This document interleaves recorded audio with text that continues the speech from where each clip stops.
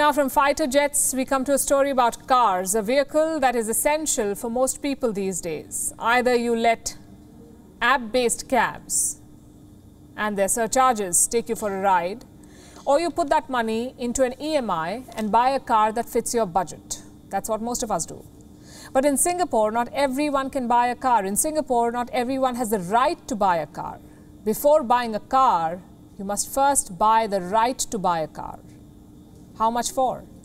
As much as 99,000 Singapore dollars. That's almost the price of a car. What explains this bizarre rule? Our next report has the answer.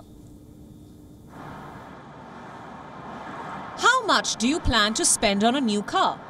Singapore will take you for every penny. The country does not allow everyone to buy a car. You heard that right. Not everyone in Singapore has the right to own a car.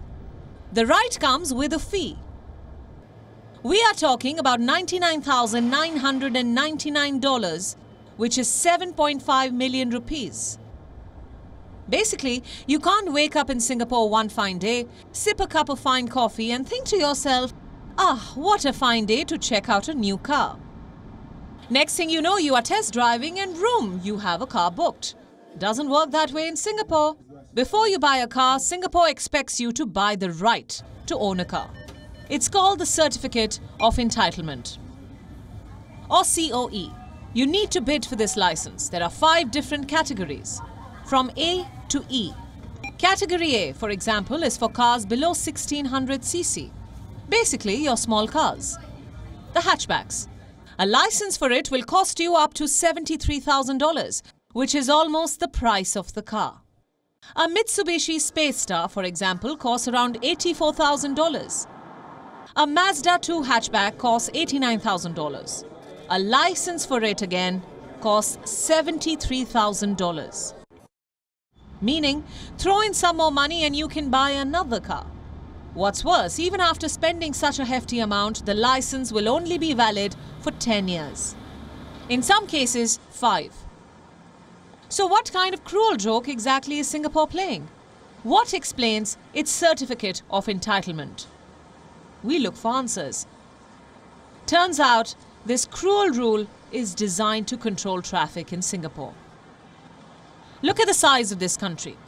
It's all of 728 square kilometers. That's half the size of Delhi, by the way. Singapore used to be a British colony. Today, it is a major manufacturing and financial hub. To many, including economist Milton Friedman, Singapore is the example of how to do development right. All the accolades in the world, yet Singapore has little land. It also has limited road space. The country has dedicated 12% of its land area to roads. It's a far higher percentage than in many countries. And yet, it is not enough. Singapore is home to 5.7 million people. If everyone began buying cars, Singapore would be stuck in traffic. And this is where the certificate helps. Its hefty fee works as a deterrent. Or does it? Today, there are nearly 1 million vehicles on Singapore's roads. Of them, 600,000 are private cars. Singapore's car ownership rate is roughly 11%. America's car ownership rate, for comparison, is 80%. Europe's is 50%. According to Singapore's Land Transport Authority, at least 6% of the country's car owners own more than one car. Meaning, the rich can buy the right to own a car twice over. Has any other country experimented with similar policies? Not that we know of. Let us know if you happen to know any. Bureau Report, WION World is One. WION is now available in your country. Download the app now and get all the news on the move.